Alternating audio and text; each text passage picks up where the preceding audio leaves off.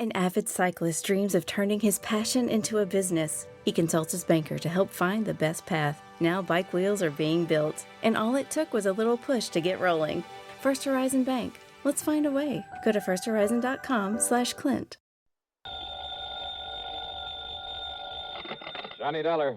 Johnny, you better come flying out here just about as fast as you can. Who's that? Johnny, this is Red. Yeah, Red who? Well, you know, your favorite fishing guide. Red Barrett? That's right. Lake Mojave Resort out in Arizona? Yes, sir. Well, Red, you old scalawag. How are you, and how's the fishing? Just great. That is, if you know where the good holes are. And believe me, you do. Now, that's really fact, Johnny. I really do. I guess I'm the best fishing guide this country ever saw. Yeah, and I suppose you think it's time I made another trip out there and tangle with some of those beautiful lunker bass. Well, now, Johnny. It's no good, Red. I just can't do it. Now, you The listen. way the work is piled up on me, I'm just about going crazy. I've been trying to get away for some kind of a vacation for weeks now, but I just can't do it. Sounds to me like you need it, too. Yeah, it's been a tough year, no let up at all. Pat McCracken over at Universal Adjustment Bureau, half a dozen of my other contacts. They've been begging me to take some time off, but I just can't, Red. I'm not on a regular payroll. I'm a freelance, so I have to take on every assignment that's handed me, whether I like it or not. Look, you mentioned Mr. No use, Red, so don't make me feel any worse by talking about it. Me? That was your idea. Huh? Did I say anything about fishing until you did? Oh, now, wait.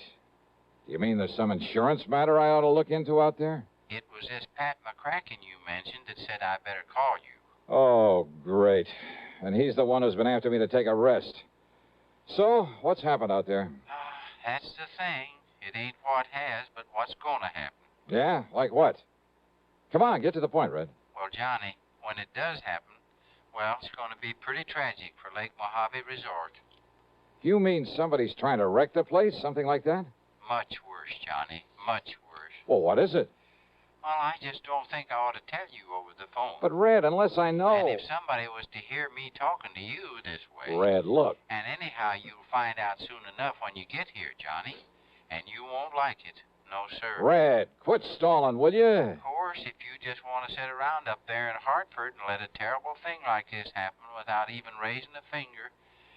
Well, I just can't believe you'd do that. Look, will you stop beating around the bush and... Red? Red! I can't tell you over the phone. It's too awful. Now listen, you old goat. But, Johnny, they say there's an airplane leaves New York City just about 12 o'clock noon. So what? So it'll get you in Las Vegas about 9:45 tonight. Okay? What do you mean, okay? I mean, just you be sure and be on it.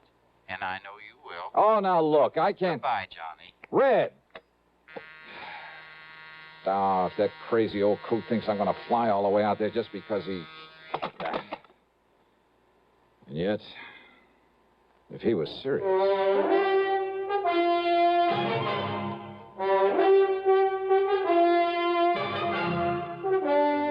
CBS Radio brings you Bob Bailey in the exciting adventures of the man with the action-packed expense account, America's fabulous freelance insurance investigator. Yours truly, Johnny Dollar.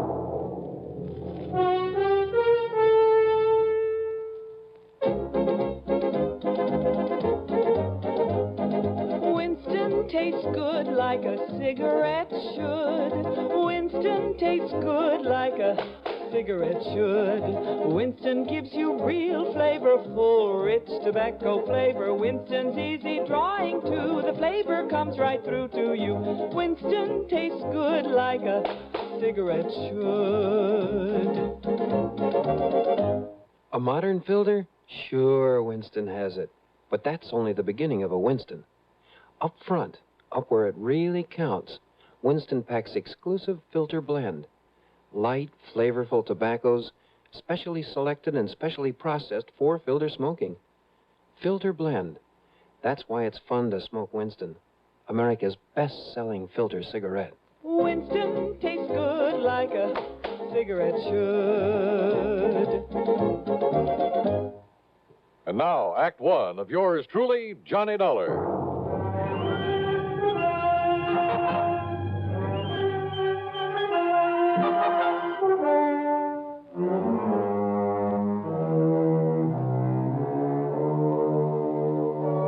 Expense account submitted by Special Investigator Johnny Dollar to the Universal Adjustment Bureau, Hartford, Connecticut. Attention, Mr. Pat McCracken. Following is an account of expenses incurred during my investigation of the Red Mystery Matter. That crazy phone call from Red Barrett. I know that wild old character pretty well. I'm fully aware of his faculty for stretching the truth, making a couple of mountains out of a molehill or two. And once or twice before, I'd wound up making the trip across the country just to wet a fishing line with him. And yet, those other times I'd fallen for his gag, I'd run headlong into serious insurance matters. Trouble with a capital T. And if he really meant what he said about something terrible impending at Lake Mojave Resort, well, there was one way to find out. Expense account item 1, $153, plane fare, Hartford to New York to Las Vegas, Nevada.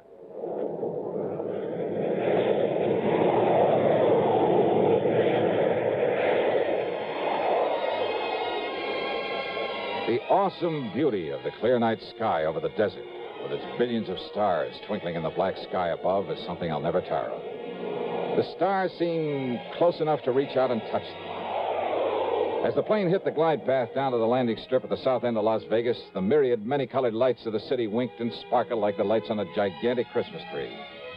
Yeah, from the air, Las Vegas, the fabulous city of chance, is just plain beautiful. I'd like to have stuck around Vegas for a while and tried my hand at some of the casinos and clubs along the gambler's alley they call the Strip, but I had other things to do. So, item 2 was $50 deposited on a rental car. And within minutes after the plane landed, I was heading south and east across the desert, down toward Davis Dam, down to Lake Mojave Resort.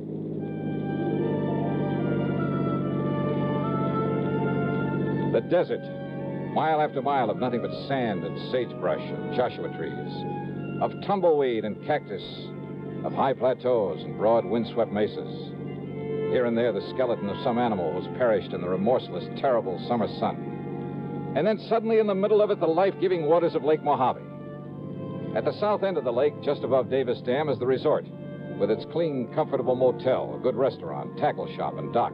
Everything to warm the heart of a fisherman.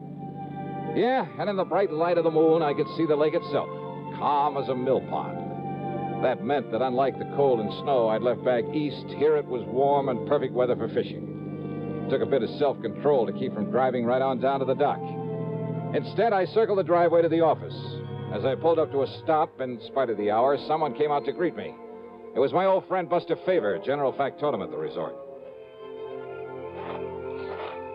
Yes, sir? Can I help you? Yeah, Buster, I think you can. What? Why, it's Johnny Dollar. Yeah, none other. Hiya, Buster. Johnny, it's a miracle. I don't see why. When I get word there's trouble around here. Oh, then you know, huh? Buster, I only know that something is But about even to... the police haven't had a chance to get over here yet. The police? Johnny, I sure hope he's all right, that you can find him. Yeah, find who? Why, Red. Red Barrett? You mean you didn't know? Buster, what's happened to him? Johnny, Red has... Well, he's disappeared. Oh? And I could be awfully wrong, but from the looks of things, Johnny... Wait a minute. You think somebody could have murdered him? Come on. Take you over to his room. You can see for yourself. Well, look, Red phoned me in Hartford, Buster. He told me You think he had some premonition that something was going to happen to him? Well, that's just it. He didn't seem worried about himself. All he would say Well, was... it sure looks like he should have been worried, Johnny. Here now. Holy. Yeah. The room, a housekeeping unit, was a shambles. Clothing pulled out of the drawers and closet, as though somebody had ransacked the place looking for something. That stuff's all part of the uniform as he was wearing while he was working, Johnny. How much personal clothing stuff he had, I don't exactly know. So, if anything... The furniture, though none of it was actually broken, was overturned, cluttering up the floor. On the electric range in the kitchenette were the pots and pans he'd apparently used to cook his dinner. Some fish bones lay on a plate on the table. Probably one of the bass he caught this afternoon. Poor old fellow went out fishing as usual, not realizing what was going to happen to him after he came back here and had his supper. Now, wait a minute, Buster. Yeah, Johnny? That he left here in a hurry is pretty obvious. Or his body was hauled out of here. But I still don't see anything to indicate he was murdered, or even badly hurt. Well, look here, then. Look, Buster, you know as well as I do how unpredictable Red is. Well, I know, always but- getting restless, always talking about going somewhere else, doing something else. I know, Johnny, Look, he's but- told me a dozen times about a gold mine he hoped to go to back there and work someday, 50 or 60 miles north of here, up near Lake Mead. He's told me about offers to work as a guide for other fishing spots. Johnny, So what makes you think he didn't just pack up and leave for some other place, some other job? without letting us know and leaving things this way? Red? Sure he would.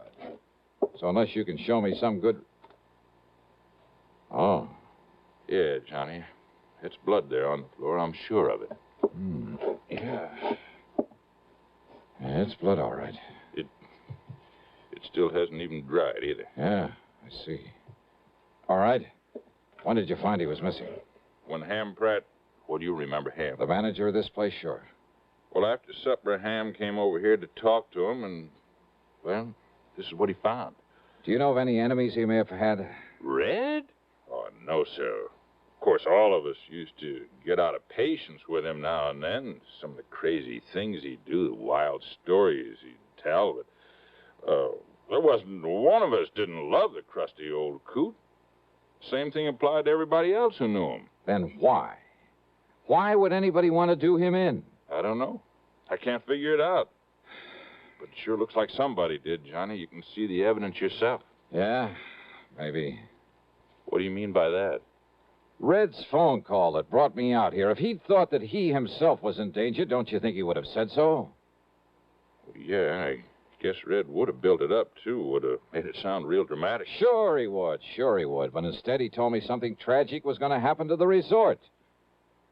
Like what, Buster? Well, like nothing I can possibly think of. But now, Johnny, this blood on the floor. Yeah. Hey, did Red have a car? Yeah. Where is it? It's gone, Johnny. Whoever did whatever they did to him must have used it to carry away his body. The poor old... Buster, I've just got a lead on it. Oh, Ham, come in. You see, I phoned everybody up and down the lake to look out for... Johnny. Ham, how are you? Buster's told you about Red? Yeah, and in spite of this so-called evidence around here, I still Johnny simply doesn't believe that Red was murdered. But there's blood on the floor, the way things were left around. Or, Johnny, have you some reason for thinking he wasn't? First, I want some definite reason why he was. But look... Now, Johnny. If you want the truth, I think you've both gone overboard about this. Are you kidding? Give me a reason. A reason for killing him, for anybody killing him. Just one good reason. Well, now, Johnny... Johnny, this blood on the floor. Yeah. Yeah, this. What is it, Johnny? Johnny? You, haven't called in the police yet? Oh, I was just about to when you arrived. Don't you think I'd better call them then right away? Well, yeah, Johnny, why don't you do that? No. No. I've done something better, Johnny. I spread the word up and down the lake, all the way up the Colorado River by telephone. And listen, it's paid off. And that's what I came in here to tell you about. Well? I just got word that a car, same description as Red Barrett's, that was seen pulling off Highway 93 about 33 miles this side of Boulder City. Whoops. What? What, Johnny? You want me to find poor old Red, huh? Well, of course, if the poor old fella's still alive. Then maybe I will. And when I do, I have a sneaking suspicion I may have a score to settle with you two. Now, just a minute, Johnny. If you mean to imply that either of us did him... I didn't say that. Well, then, Johnny, what do you mean? You don't know, Buster? Well, if you think you can find Red, and if I can be of any help to you... No. That's exactly what I don't want. Well, now, Johnny... Just let me work out this little mystery myself. Well, of course. No help, no interference from either of you. Johnny, this isn't like you. I don't understand. You don't, huh? I swear it. Yeah? We'll see.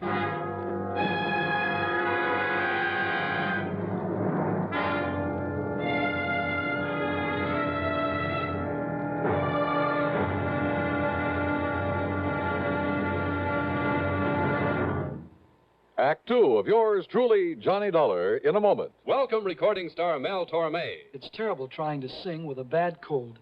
So I always take 4-way cold tablets to relieve cold miseries fast. Good idea.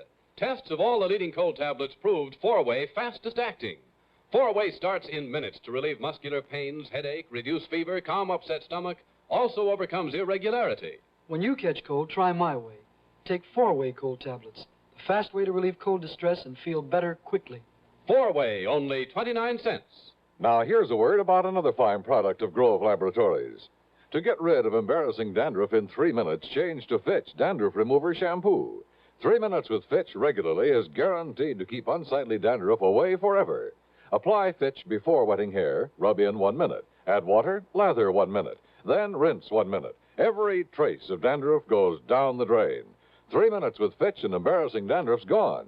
At the same time, Fitch can brighten hair up to 35%. Get Fitch Dandruff Remover Shampoo today. And now, Act Two of yours truly, Johnny Dollar and the Red Mystery Matter. Suddenly, things had begun to add up. Yeah, from right in the beginning, when Red had mentioned over the phone that he'd talked with Pat McCracken at Universal Adjustment Bureau. Had Red called Pat, or vice versa? And there was the lamp there in Red's room, apparently knocked to the floor in a struggle. But not even the bulb was broken. The clothes that were left, only the uniforms he'd worn while at work. Was that supposed to mean that the only personal things he had were those he was wearing when he disappeared? Hardly. Then there was that spot of blood on the floor. A fish scale, a single scale in the middle of it. I had no microscope to examine that blood, probably wouldn't have known how to use it anyway. But I had a sneaking suspicion there was something very... Yeah. And knowing Red and Ham and Buster and Pat McCracken pretty well. Okay. The first thing I did after Ham and Buster left me alone was to look over the room again. And yes, one parcel of equipment that should have been there was conspicuously absent. I went down to the boat dock and found the old Arkansas Traveler that Red had always used to fish in. It was empty. Absolutely empty of the stuff I knew he always kept in it.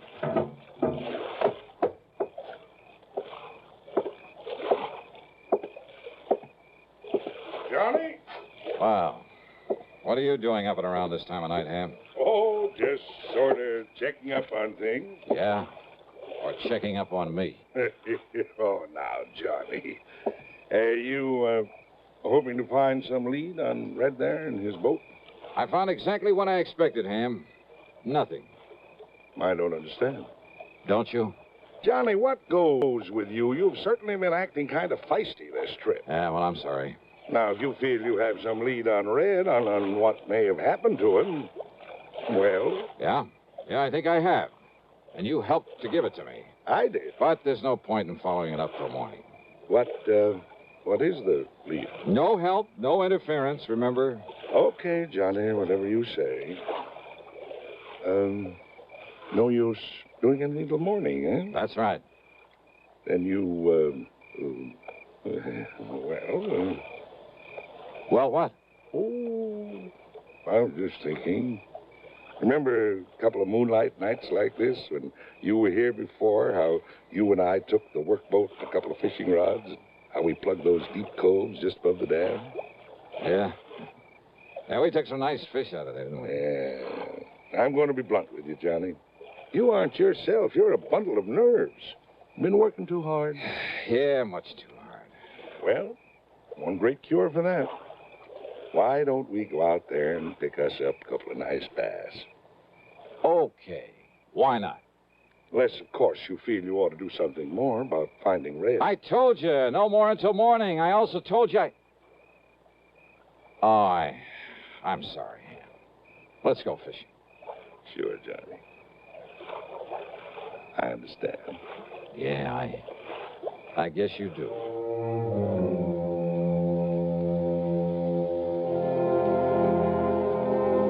Maybe I had been a little feisty, as Ham had put it. And he was right about the fishing. Out there in the smooth black water with the bright moonlight overhead. When those 2 6-pounders hit my lure and I carefully played them into the boat, believe me, they did more to bring me back to normal than anything else in the world could have. That night, for the first time in weeks, I slept like a baby. Then, first thing in the morning, well, the whole thing really wasn't too hard to figure out. Red was a fisherman every day of his life. But I'd found no sign of his tackle there in the room or in the boat he'd always used. In other words, no matter how or why he'd left, he himself must have taken those things with him. Also his personal clothes and stuff, but naturally not the uniforms that belonged to the resort. The blood on the floor from one of the bass he'd had for dinner, carefully put there after he turned the room inside out. As for his whereabouts, Ham had given me the clue when he told me Red's car had been seen at the highway turnoff 33 miles south of Boulder City. That turnoff led to only one place, a fishing camp at the lower end of Lake Mead, known as Temple Bar. And when I got there, sure enough, waiting for me in his outboard beside the dock, Red Barrett. All ready for you, Johnny. Why, Red, you rascal. Got an extra rod and reel and a bucket of live bait. You and me'll go out there and slay him. Get in, Johnny. Get in. Sure, Red, why not? Ah, that's a boy. Here we go. Yeah, I just knew a smart man like him could track me down. Hey, you're working here now, huh? Well, I got kind of restless and thought maybe I'd make a change. And as long as Ham Pratt was willing... Then Ham was in on this plot to get me out here. Why, sure he was. And the terrible things to happen at Lake Mojave? Why, of course, Johnny. They've lost me, haven't they? Ah, you old son of a gun. Hey, Buster in on it, too? No, Ham's probably telling him about it right now. Probably showing him the letter he got from Mr. McCracken. McCracken? Pat McCracken? Yeah. Now, maybe you better read this one that he wrote to me. First part's just the usual howdy-do's, but here. And Red, I'm convinced a man can take only so much, even Johnny Dollar. And I'm afraid that unless he gets some rest and relaxation, he'll crack up one of these days. So if you and Ham Pratt can somehow contrive to get him out there for some of that fishing he loves so much, go to it. If he catches on, if he starts worrying about the expense, tell him it's on the house. Tell him Merry Christmas. Sincerely yours. Well, God bless Pat McCracken. As for you, Red, you old reprobate... Johnny, there's a hole over near the gyp beds where there's an old 10-pounder laying under a rock, just waiting for you and me. Brother, let's go.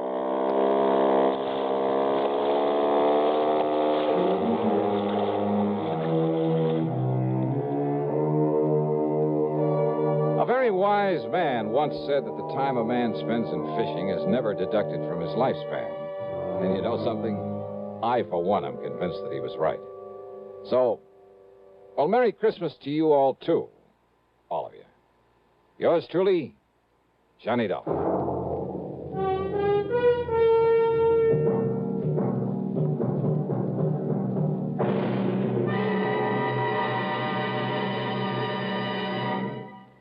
Our star will return in just a moment. Every year, some Christmas celebrations are ruined by fire. A little precaution can prevent a Christmas fire from happening in your home. First of all, make sure your tree is on a firm foundation so it can't fall over. Then be sure to use only approved lighting. Wiring that's frayed may be dangerous. Replace it. Never use lighted candles. Let all the glow of Christmas come from within, not from fire. With a safe Christmas plan, here's an idea for Christmas giving. Almost Christmas, no time to lose. Lots and lots of gifts to choose. Give him, give her a gift set by Yardley. For her, an array of all new Yardley gifts, $1.50 to $13.50. A Yardley Red Roses spray mist and soap set, $3.50. All prices plus tax. Yardley. Give him, give her a gift set by Yardley. Now, here is our star to tell you about next week's story. Next week, a man, a girl, and a gangster. That's right. They add up to trouble for me. Join us, won't you? Yours truly, Johnny Dollar.